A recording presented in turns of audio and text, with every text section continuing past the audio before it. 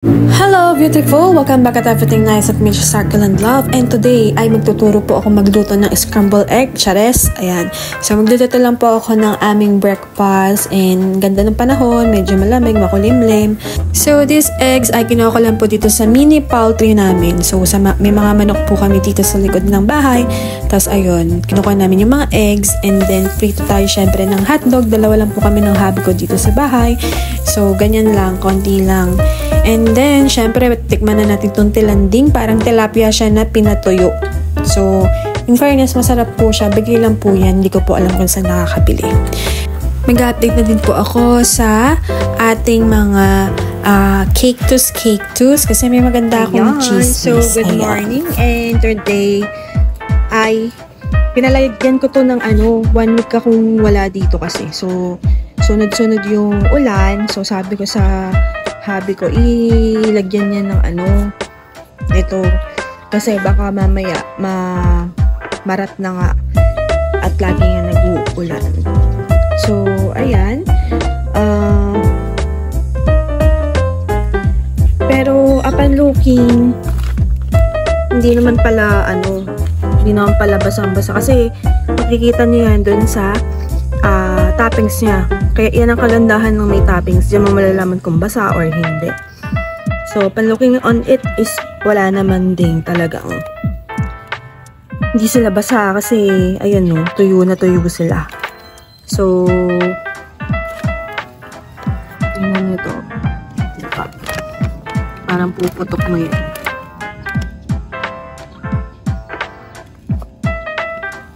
So, ayan. Tanggalin ko na to. So, this is UV plastic. Manipis lang ito. Ayan.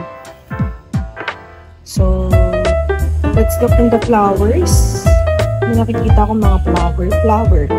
So, yan. Natanggal na natin. So, this is 150 microns. Ayan, 150 microns. Manipis din siya.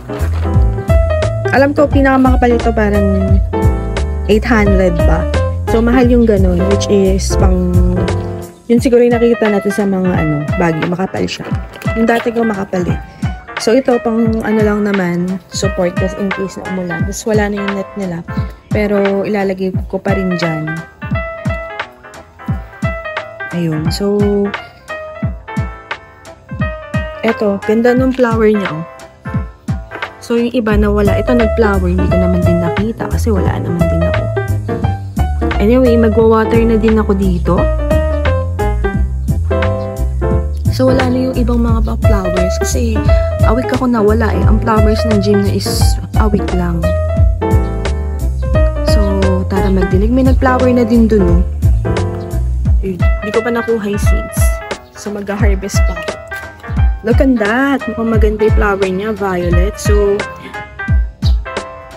alam niyo yung Black Widow?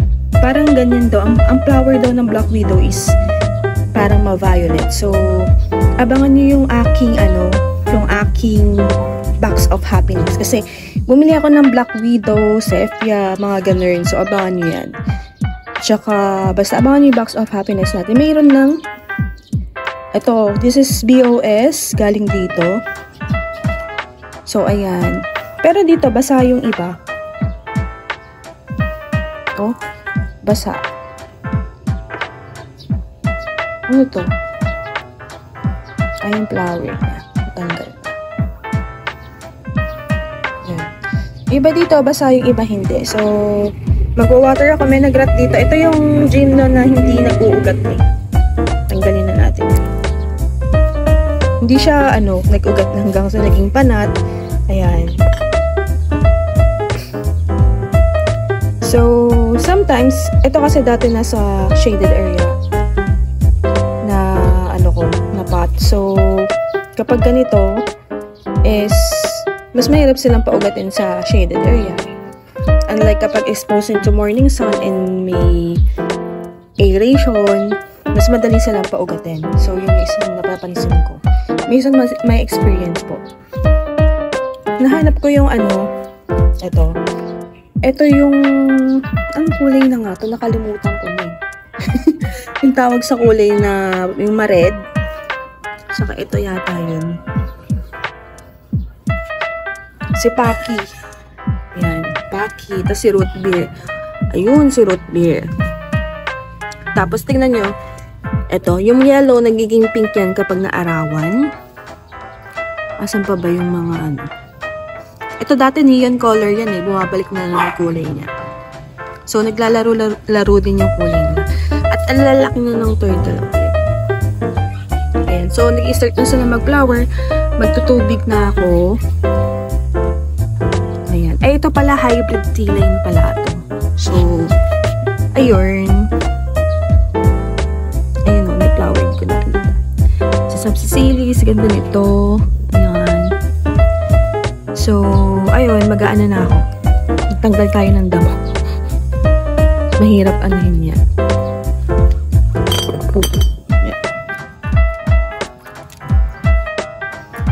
Naninilaw na to na sobrang sa tubig. Ayun. So, yung iba dito is basa ng ulan. Ito, namatay na yung nandito. Ayan yung mga diba natin.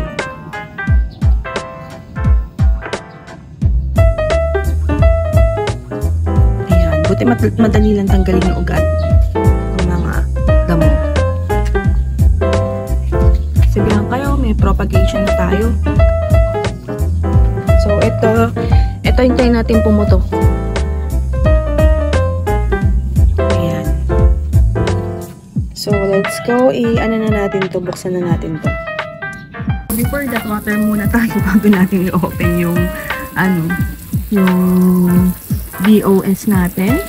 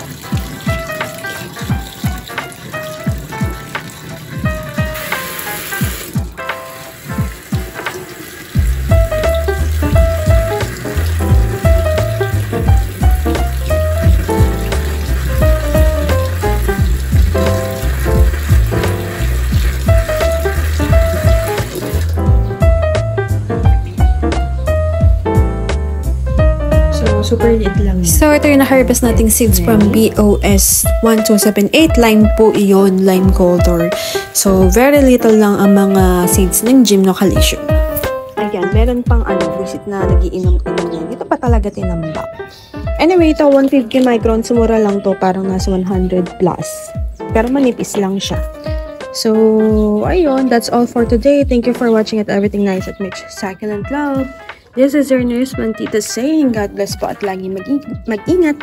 leave your comment in the section below. What's your thoughts sa ating vlog today? At i-check ko po iyan. So, thank you and ingat po!